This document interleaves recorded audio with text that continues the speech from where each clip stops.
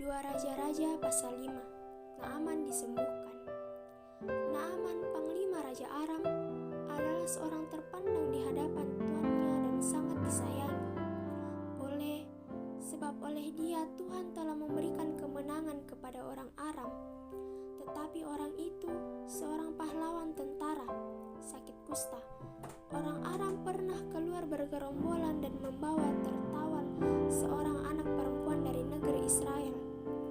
Ia menjadi pelayan pada istri Naaman. Berkatalah gadis itu kepada nyonyanya, "Sekiranya tuanku mengharap nabi yang di Samaria itu, maka tentulah nabi itu akan menyembuhkan dia dari penyakitnya." Lalu pergilah Naaman memberitahukan kepada tuannya, katanya, "Beginilah dikatakan oleh gadis yang dari negeri Israel itu." Maka jawab Raja Aram, "Baik, pergilah dan aku akan mengirim surat kepada Raja Israel."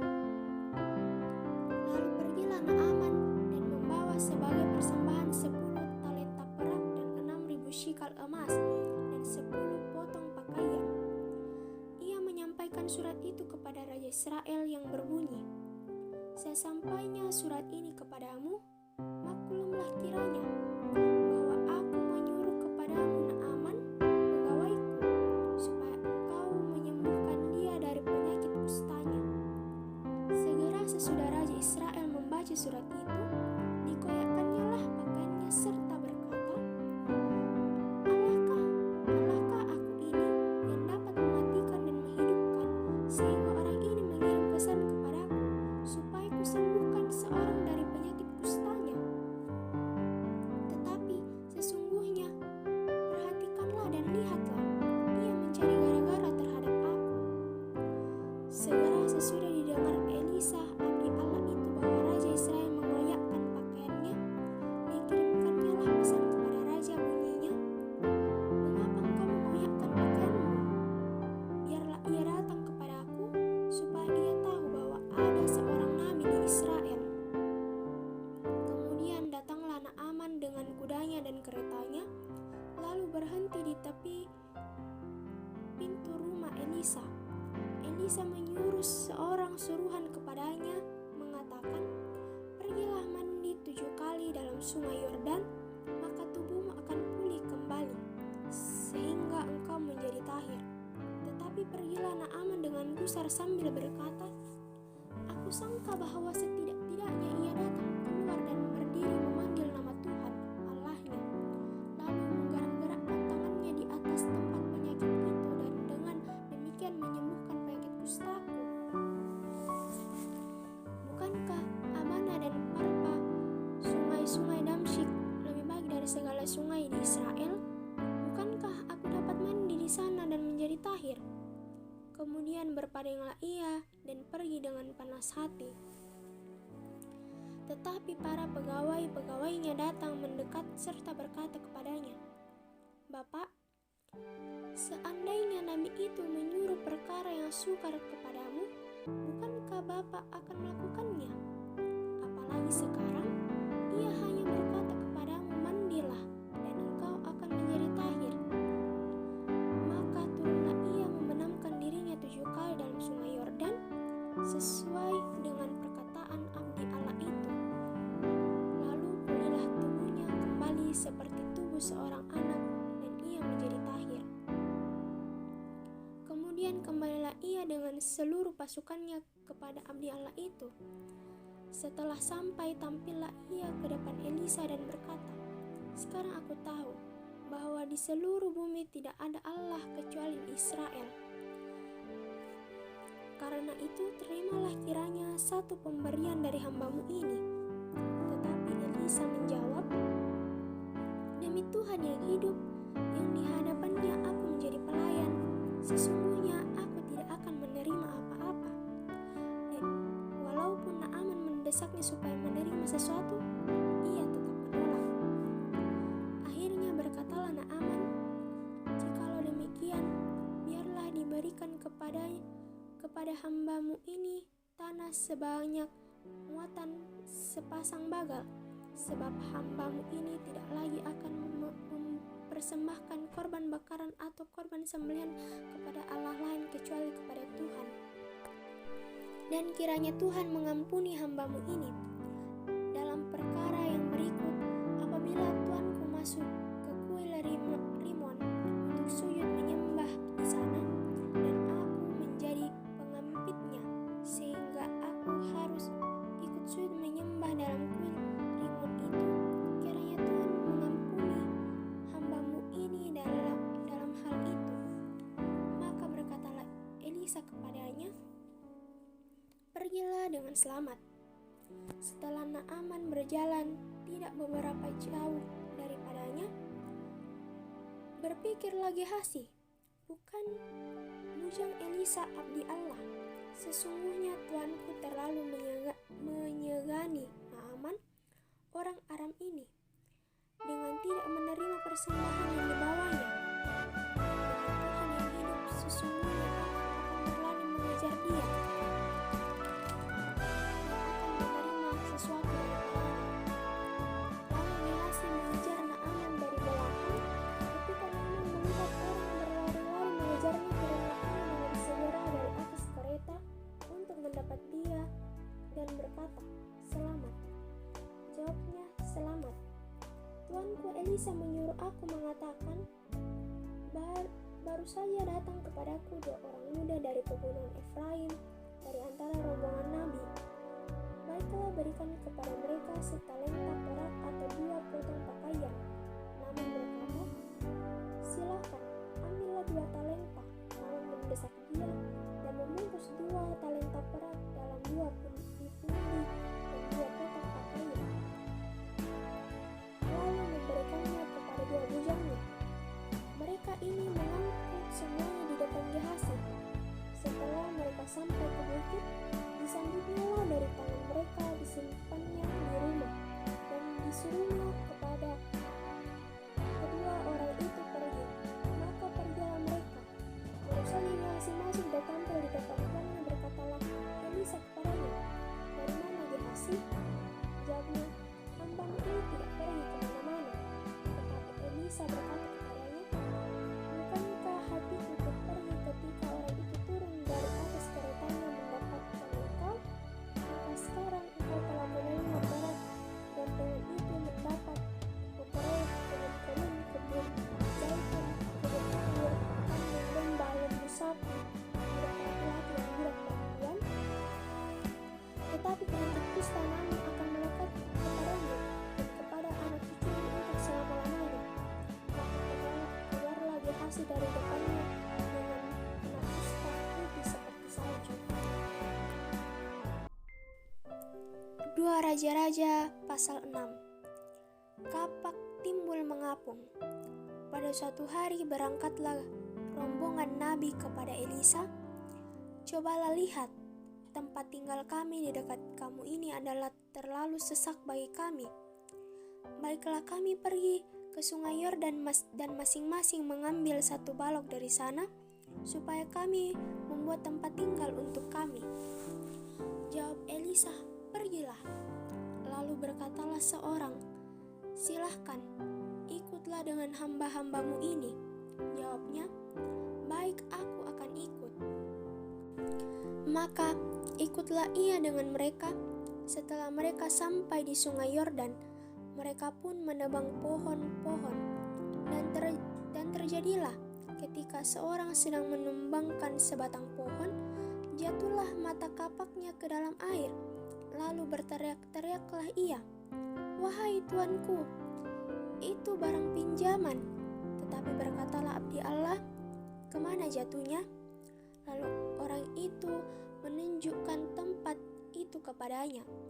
Kemudian Elisa memotong sepotong kayu, lalu dilemparkan ke sana, maka timbullah mata kapak itu dibuatnya. Lalu katanya, ambillah. Orang itu mengulurkan tangannya dan mengambilnya. Raja negeri Aram sedang berperang melawan Israel.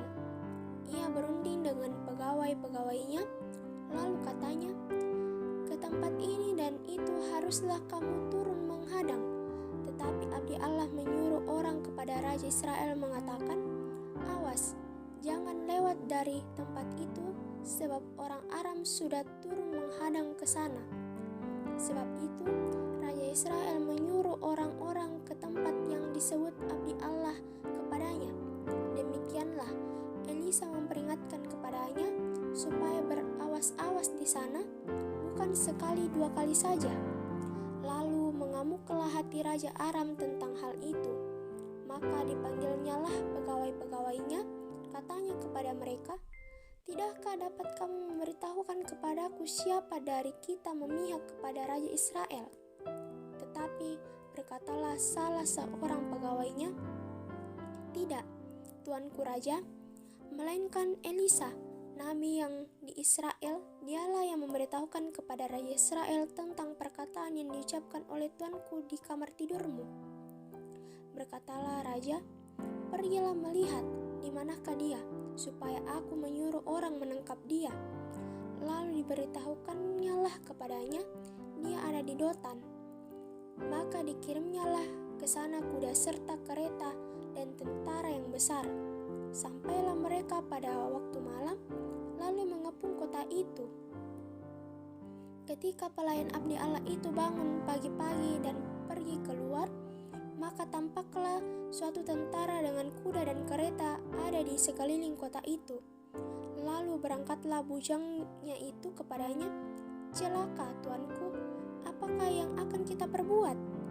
Jawabnya, "Jangan takut, sebab lebih banyak yang menyertai kita daripada yang menyertai mereka." Lalu berdoalah Elisa, "Ya Tuhan, bukakanlah kiranya matanya supaya ia melihat." Maka Tuhan membuka mata bujang itu sehingga ia melihat. Tampaklah gunung itu penuh dengan kuda dan kereta berapi sekeliling Elisa. Ketika orang-orang Aram itu turun mendatangi dia, berdoalah Elisa kepada Tuhan, "Butakanlah kiranya mata orang-orang ini." Maka dibutakannyalah mata mereka, sesuai dengan doa Elisa. Kemudian berangkatlah Elisa kepada mereka. Kemudian berkatalah Elisa kepada mereka, "Bukan ini jalannya dan bukan ini kotanya. Ikutlah aku, maka aku akan mengantar kamu kepada orang yang kamu cari." Lalu diantarnyalah mereka ke Samaria. Segera sesudah mereka sampai ke Samaria, berkatalah Elisa, "Ya Tuhan, bukalah mata orang-orang ini, supaya mereka melihat." Lalu Tuhan membuka mata mereka, sehingga mereka melihat dan heran, mereka ada di tengah-tengah Samaria. Lalu berkatalah Raja Israel kepada Elisa, "Tak kalah melihat mereka, kubunuhkah mereka, Bapa?" Tetapi jawabnya, "Jangan. Bisakah kau bunuh yang kau tawan dengan pedangmu dan dengan panahmu? Tetapi hidangkanlah makanan dan minuman di depan mereka, supaya mereka makan dan minum, lalu pulang kepada tuan mereka." Disediakannyalah bagi mereka jamuan yang besar, maka makan dan minumlah mereka. Sesudah itu dibiarkannyalah mereka pulang kepada tuan mereka.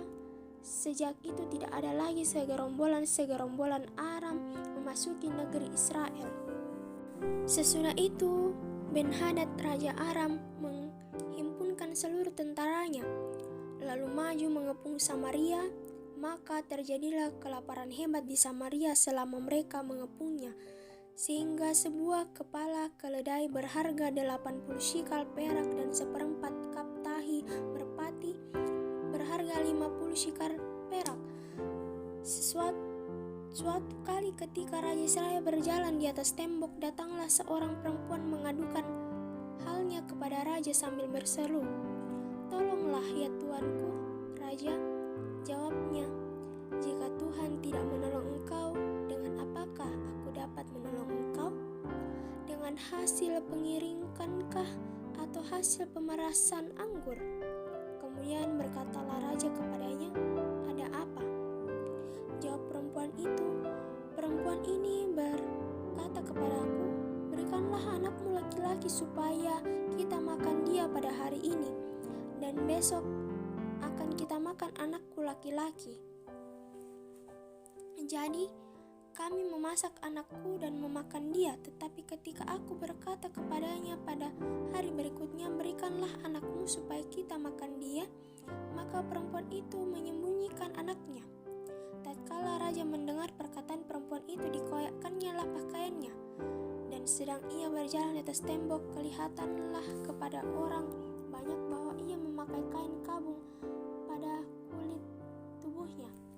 Lalu berkatalah raja, beginilah kiranya Allah menghukum aku, bahkan lebih daripada itu, jika masih tinggal kepada Elisa bin Safat di atas tubuhnya pada hari ini.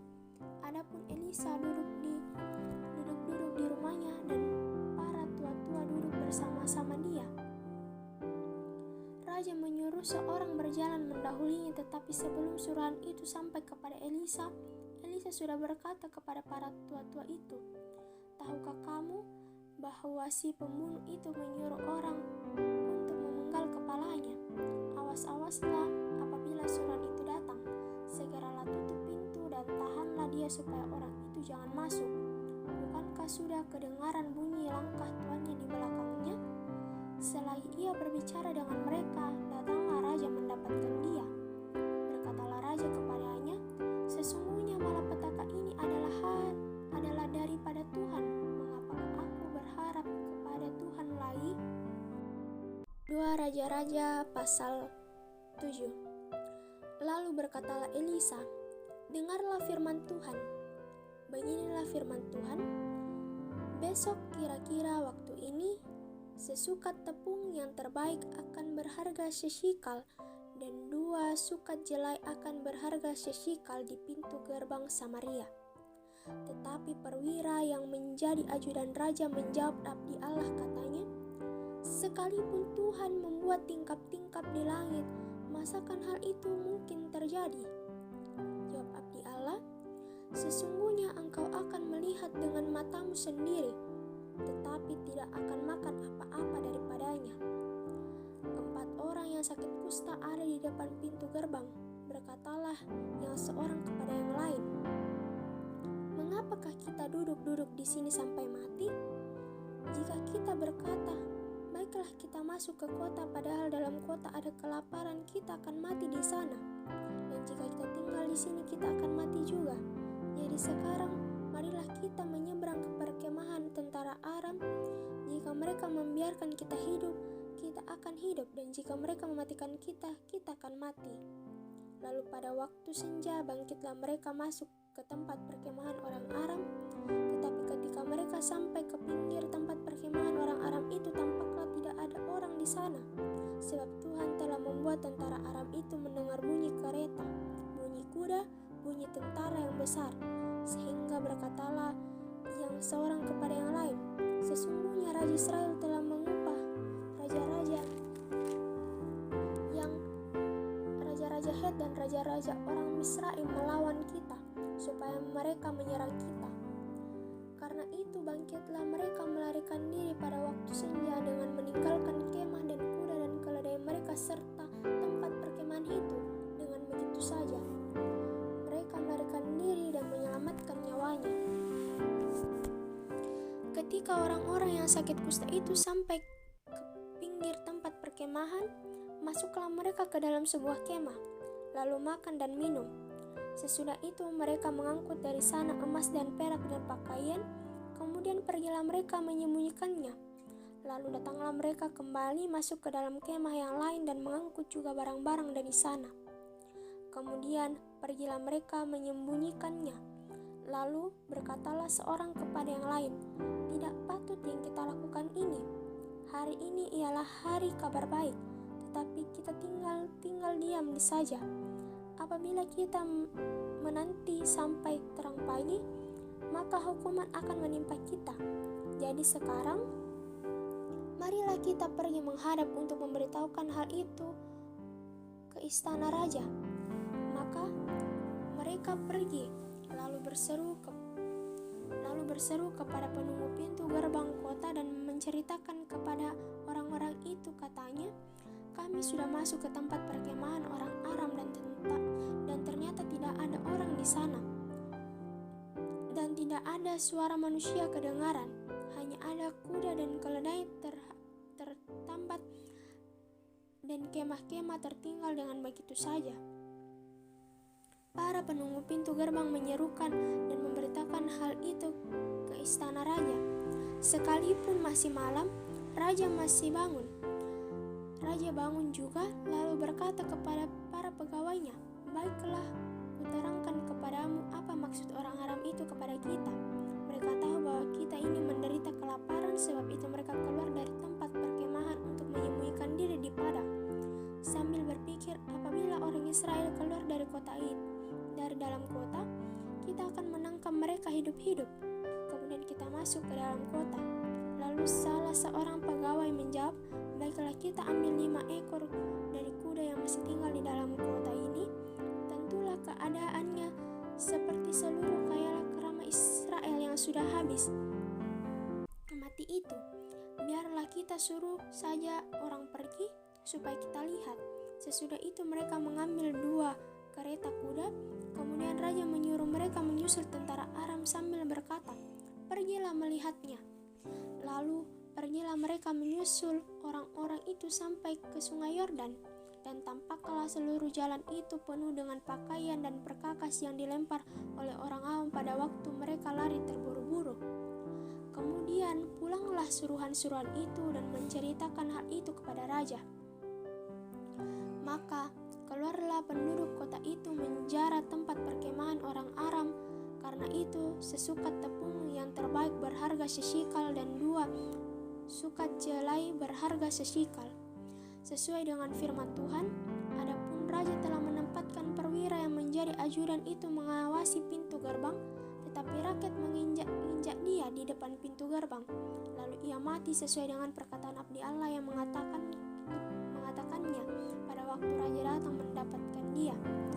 Dan terjadi juga seperti yang dikatakan abdi Allah itu kepada raja, 2 sukat jelai akan berharga sesikal dan sesukat tepung terbaik akan berharga sesikal. Besok kira-kira waktu ini di pintu gerbang Samaria. Pada waktu itu si perwira menjawab abdi Allah itu, "Sekalipun Tuhan membuat tingkap-tingkap di langit, masakan hal itu mungkin terjadi?" Tetapi Elisa berkata, "Sesungguhnya engkau akan melihatnya dengan matamu sendiri, tetapi tidak akan makan apa-apa daripadanya." Demikianlah terjadi kepada orang itu. Rakyat menginjak-injak dia di pintu gerbang, lalu matilah ia.